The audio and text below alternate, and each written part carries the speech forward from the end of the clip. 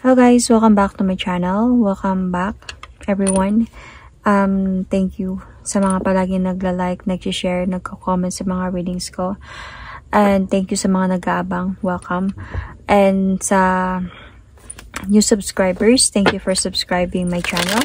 And sa mga nanonood ng video na to at hindi pa nakasubscribe, hope you like what I'm doing here. And if you do, please don't forget to subscribe my channel.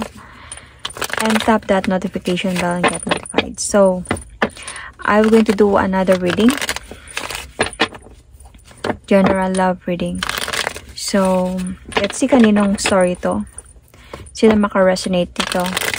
So, if naka-resonate kayo, you can comment down below. Tell me your story. And, sa mga hindi maka-resonate at all, maybe this is not for you. Don't fit in if hindi kayo naka-resonate talaga. Okay? Kasi hindi ito para sa lahat. So, let's start. This is a timeless reading kung kailan nyo ito mapanood. If naka-resonate kayo, then this might be a reading. So, spread guides.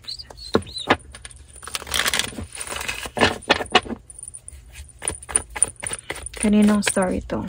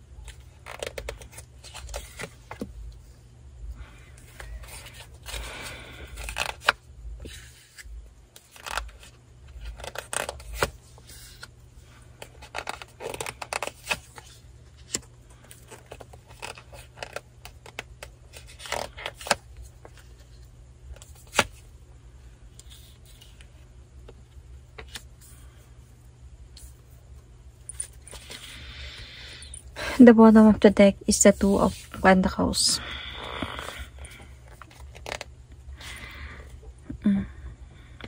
Saving a relationship, saving a marriage, or saving a family, or saving a commitment. Decision to make in the near future. I can see communication na mangyayari, explanation, pagsasarado ng isang chapter. Could be yung pagsasarado ng isang problema. Could be ito yung pwede mangyari in the near future. But let's see. Okay, let's start. In the past. In the past, meron kayong issue of like, merong other person na involved dito. Merong option. Hindi alam kung sino yung pipiliin. So, parang may pagpipilian in the past. Sa past pa lang. So, I'm going to clarify that. Okay.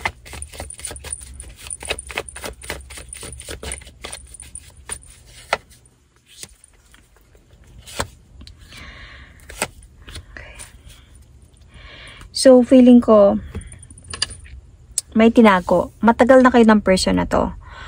In a relationship could be. Madami na kayong pinagdaanan. Pero parang may tinago yung person mo dito. It's hoping, this is not for everyone, okay? Hindi to para sa lahat. Pero pwedeng may tinago siya. May nabuntis siya before. Tapos tinago niya to sa'yo. Kasi gusto niya pa din mag-move forward towards with you. Sa dami na niya yung pinagdaanan. Ito yung naging option, ito yung naging problem ninyo in the past, okay? So, can be a Gemini, could be a Libra or Taurus, could be an Aquarius, could be a fire sign. So, dito kayo nagkaroon ng problem with this person in the past. Okay, yung buntisan, hindi yun para sa lahat. Could be just another person na na-involved dito. Pero feeling ko, dumating talaga kayo sa point of almost hiwalayan or baka naghiwalay talaga kayo in the past pa lang because of this Hindi kayo nag-usap, pero pinagsisihan to ng person mo. So, dito naman sa present situation ngayon is the King of Swords. Might be this is your person. You might be dealing with Aquarius, could be Libra or Gemini. So, let's see. Why is this? Responsibility. A father figure.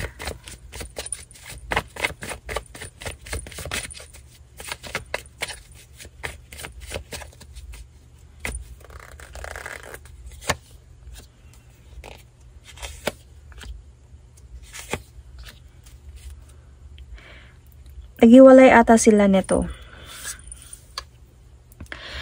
So, naghintay ka or may hintayan na nangyayari dito or nagkaroon ng clarity sa kanya, na-enlighten siya.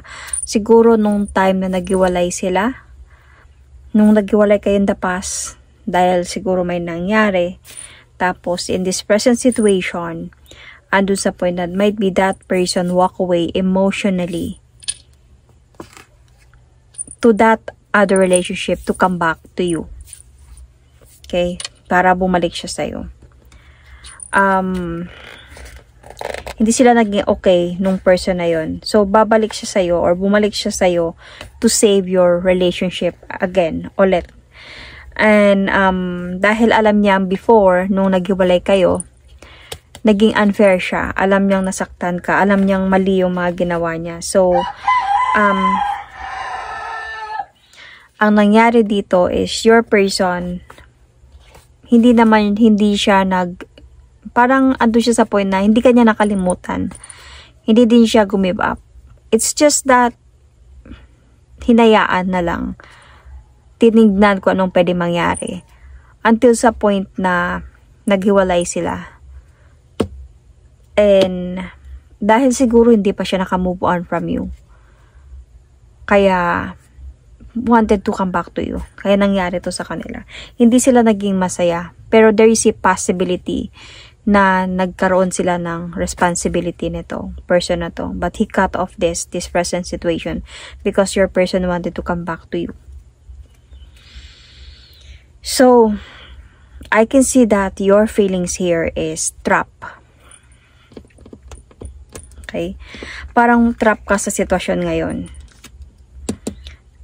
Might be you are thinking or feeling that niloloko ka lang yan, nagsisinungaling siya, totoo ba yung mga sinasabi niya,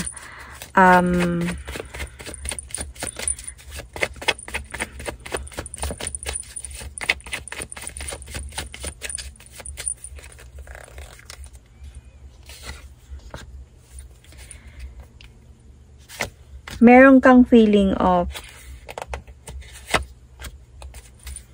you wanted the justice about what happened before.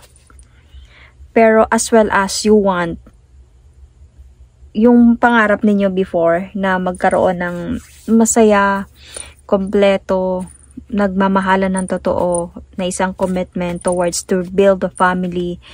Gusto mo pa din yung mangyari hanggang ngayon. Kaya nga ipit ka sa sitwasyon. Gusto mo pa din however ng new changes, new beginning. Hindi ka pa din parang nag-hold on ka pa din sa promises na yun or sa plans na yun ninyo kung anong meron kayo before. Minahal mo kasi to eh. Pero nandun ka din sa point na pagod. Pagod might be sa mga nangyari sa inyo in the past. Away. And then struggles, problem, issues. Nandun ka din sa point na wanted to walk away emotionally na lang. Pero, and wanted to have your justice about what happened. Pero, nandun ka din sa point na, what if? What if magkaroon ng changes talaga na this time? What if this time totoo na to? What if this time merong second chance na pwedeng mangyari? So, ipit ka sa sitwasyon ngayon. Ipit ka sa sitwasyon sa mga nangyayari sa inyo ngayon. Marami kang iniisip na bagay, marami kang iniisip sa isipan mo, doubtful, lahat. Hindi maganda, negative, anxiety. Tapos yung nararamdaman naman niya para sa'yo is, gusto niyang ayusin to. gusto niyang mag-gain ng strength to fix this, na maalagaan to ulit, na pasayahin ka ulit, at pagandahin yung relasyon ninyo, lalong pagandahin pa yung relasyon ninyo. Or you might just be dealing with a Leo sign.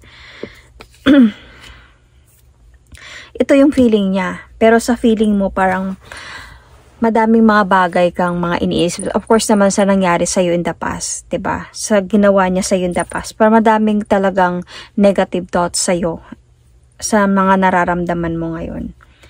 Baka sila pa, baka niloloko lang ako nito. Pero malay mo, magkaroon pa kami ng other chance. Anong gagawin ko? Hindi ko alam. Parang ganun yung feeling mo dito. So,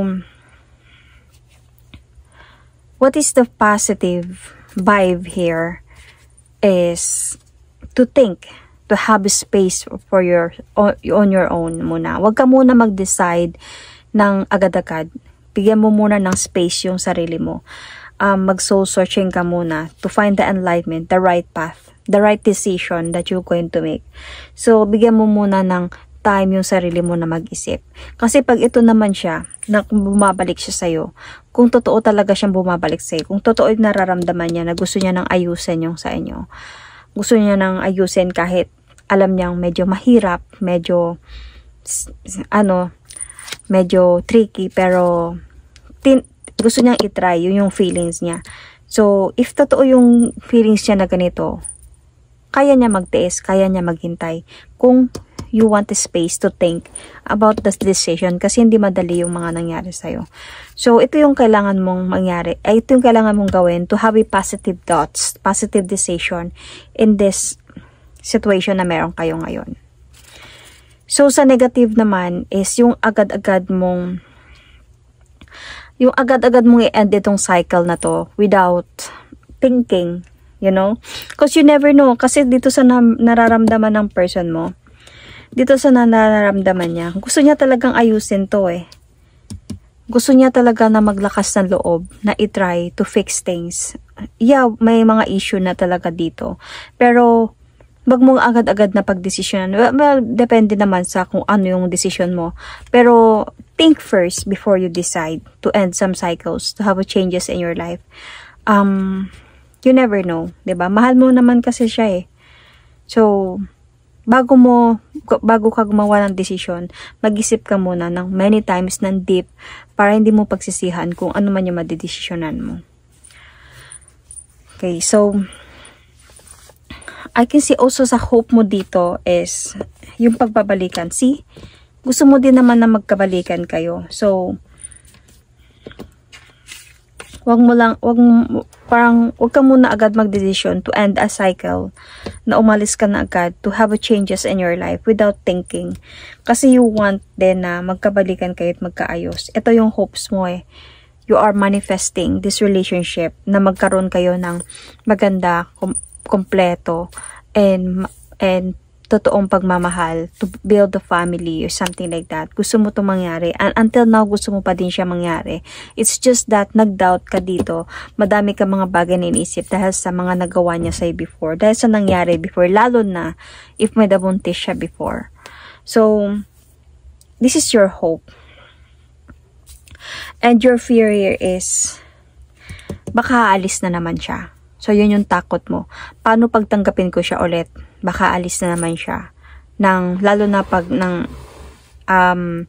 hindi ko nalalaman or agad-agad na biglaan dahil sa hindi pa sila tapos or baka nag-away lang sila kaya siya bumabalik sa akin or something like that.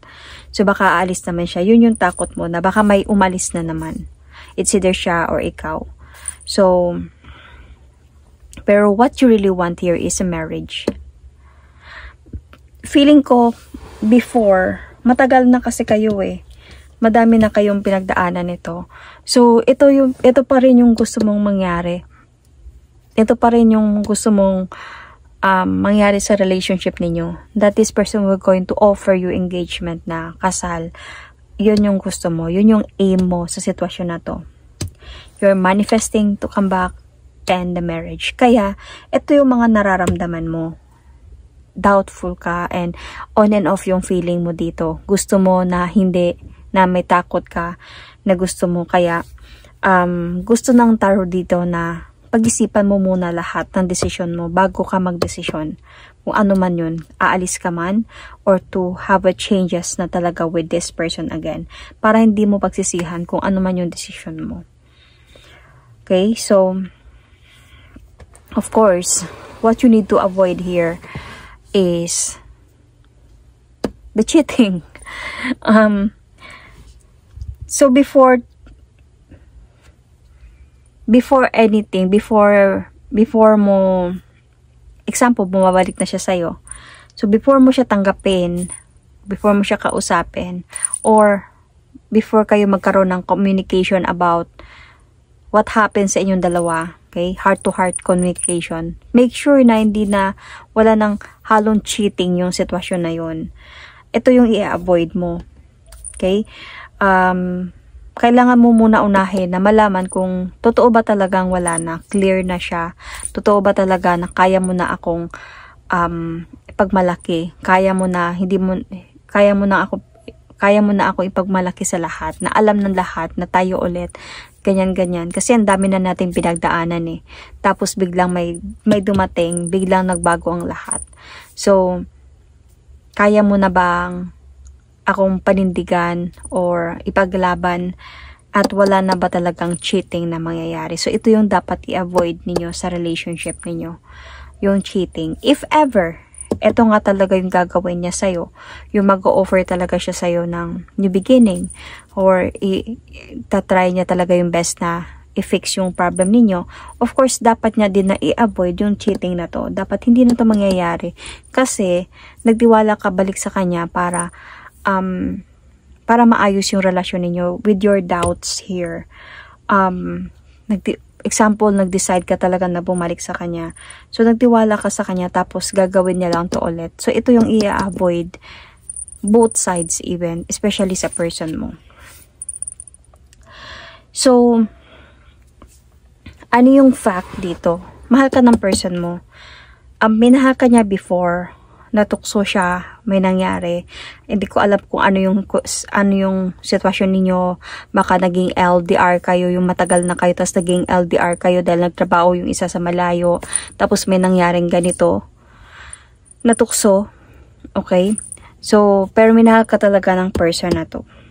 Ito yung fact dito na kaya bumabalik siya kayo. Sa kaya nga hindi siya nakatiis eh. Naghiwalay sila dalawa because of gusto kanyang balikan. Gusto niyang mag-offer sa'yo balik ng pagmamahal dahil hindi kanya nakalimutan. Hindi siya nakamove on from you kasi minahal ka niya. The thing here is people do commit mistakes. We are not perfect.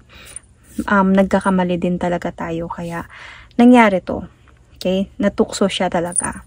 And lalo na kung may nangyari pang buntisan dito kasi baka naging tatay siya. So, malaking pagkakasala talaga nagawa niya.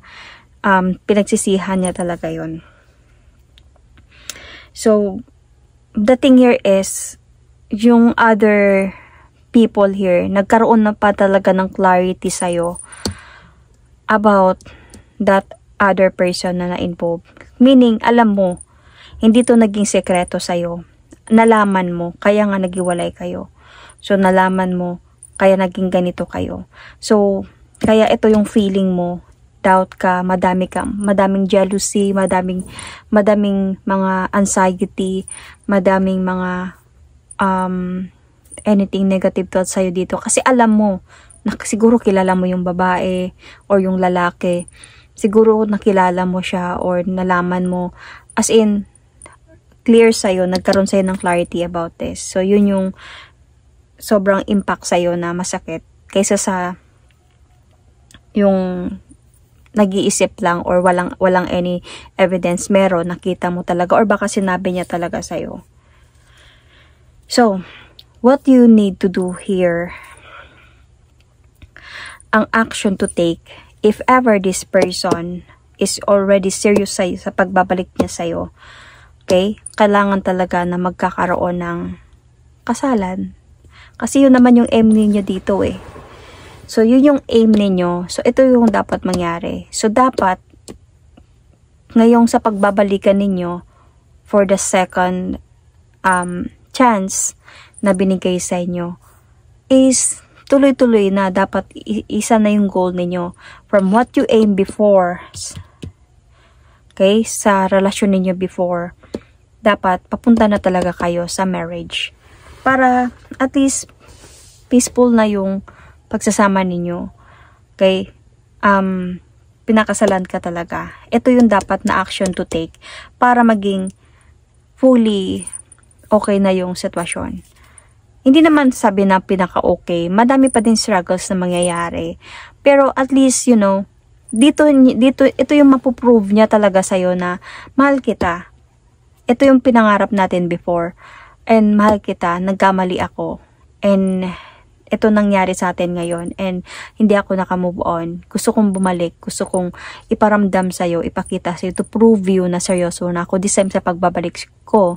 So ito yung action na dapat niyang gawin. To prove you na kaya kitang pakasalan, to prove you that ikaw talaga yung mahal ko. Pero dapat i-avoid niya na yung mistakes niya, yung cheating. Okay. So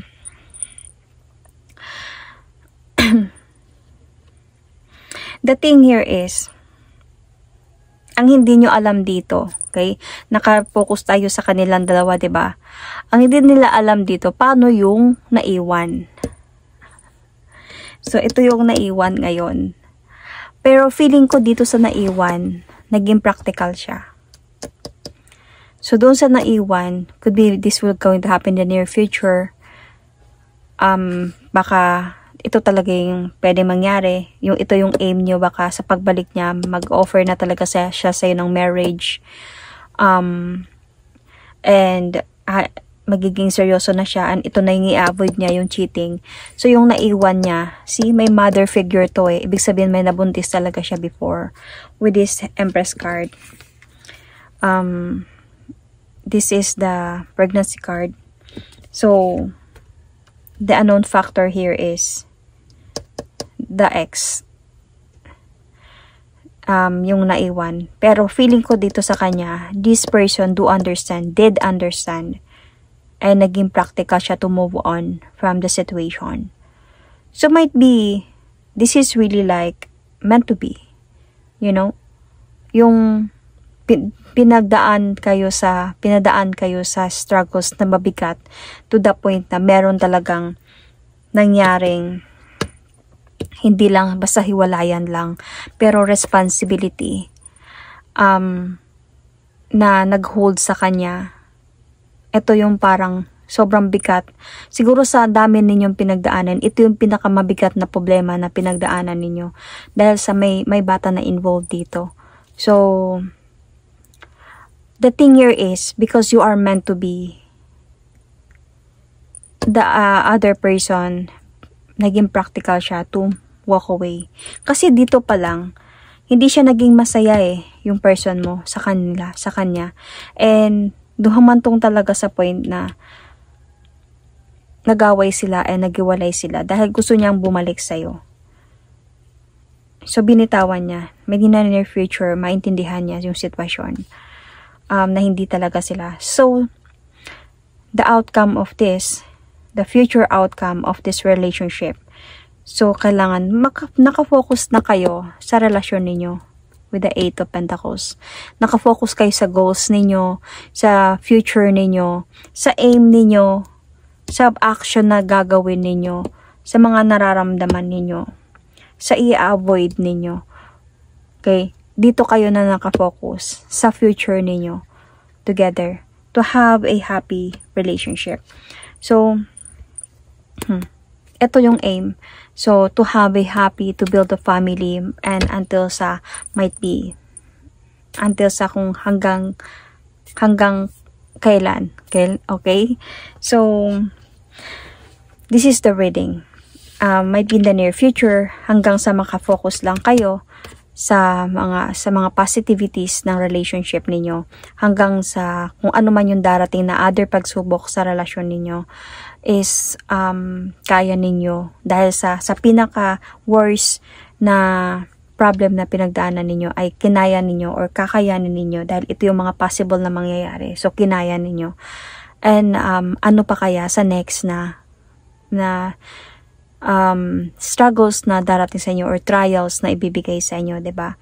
So, marami ng lessons na kailangan i-learn dito, lalo na to avoid a cheating here, especially sa part ng person mo. And this time around, since ito yung gusto niyang mangyari, then dapat gagawin niya na. So, kaya nandito sa point na kailangan mong pag-isipan muna bago ka magdesisyon, dahil hindi naman sa lahat ng bagay niloko mo ako, nakabuntis ka, ayoko na sa'yo, maluloko ka na forever. Dahil meron mga bagay, may mga pangyayari kasi na binibigyan lang tayo ng trials ng Diyos or ni universe.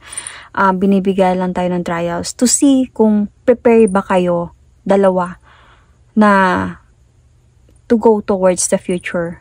Kasi sa mga darating pang problem ninyo in the future. So, binigyan kayo ng worst problem, like may nabuntis, to see kung kakayanin nyo ba to. Dahil kung kakayanin nyo to, kakayanin nyo yung mga problem na susunod na dadaan sa inyo dahil kaya nyo nang maging together para harapin yung problema ng relasyon ninyo. So, there is a possibility na nangyari to not just because of hindi na ako lalaban pa, ayoko na, masakit yung mga ginawa niya sa akin, and hindi naman yung paulit-ulit sa tingin ko sa sitwasyon na to, hindi pa ulit-ulit kang niloko, once lang siya na natukso talaga siya, might be there is a reason na nagkalayo kayo, kaya nang natukso siya. Kasi hindi naman tayo perfect Kahit ikaw, pwede ka magka-mistakes. Pwede siya hindi lang naman lalaki. Mostly marami din tayo naririnig na babae din, di ba, ng loloko. So, hindi naman ako sabi na maano ako sa mga lalaki. But, nasa equal lang. I'm a Libra.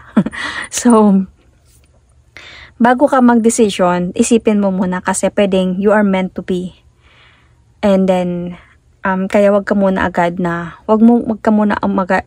umalis sa zone na to have changes in your life na baka kasi pagsisihan mo pa yung mga nangyayari. Kasi baka kasi itong nakita ko sa reading na to, baka ito na yung pagbabago na gagawin ng person mo this time around sa relationship niyo, na magbabago na talaga siya, na minsan siyang nagkamali and this time hindi niya nauulitin, so pero nakadepende pa din yan, okay? So kung kayo nasa sitwasyon kayo na naging ganito, tapos paulit-ulit pa din kayo nasasaktan, paulit-ulit pa din kayo niloloko, hindi na tama yun, parang toxic na yun, lalo na pag paulit-ulit na.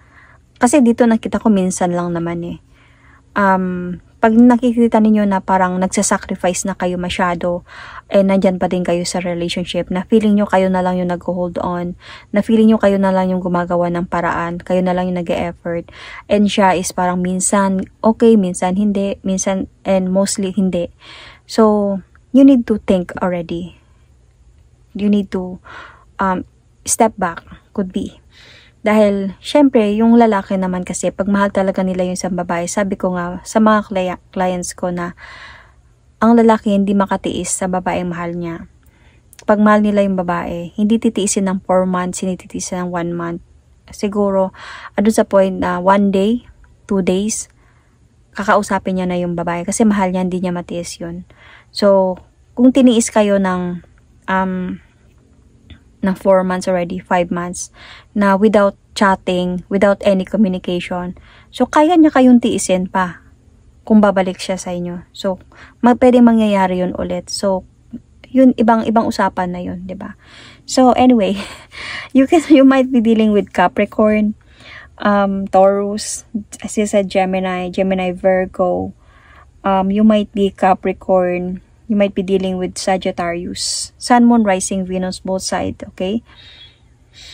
I can see Leos here, Virgo, Pisces. I can see Libra, Taurus. So, Sun, Moon, Rising, Aquarius. Yeah, that's it. Thank you and God bless.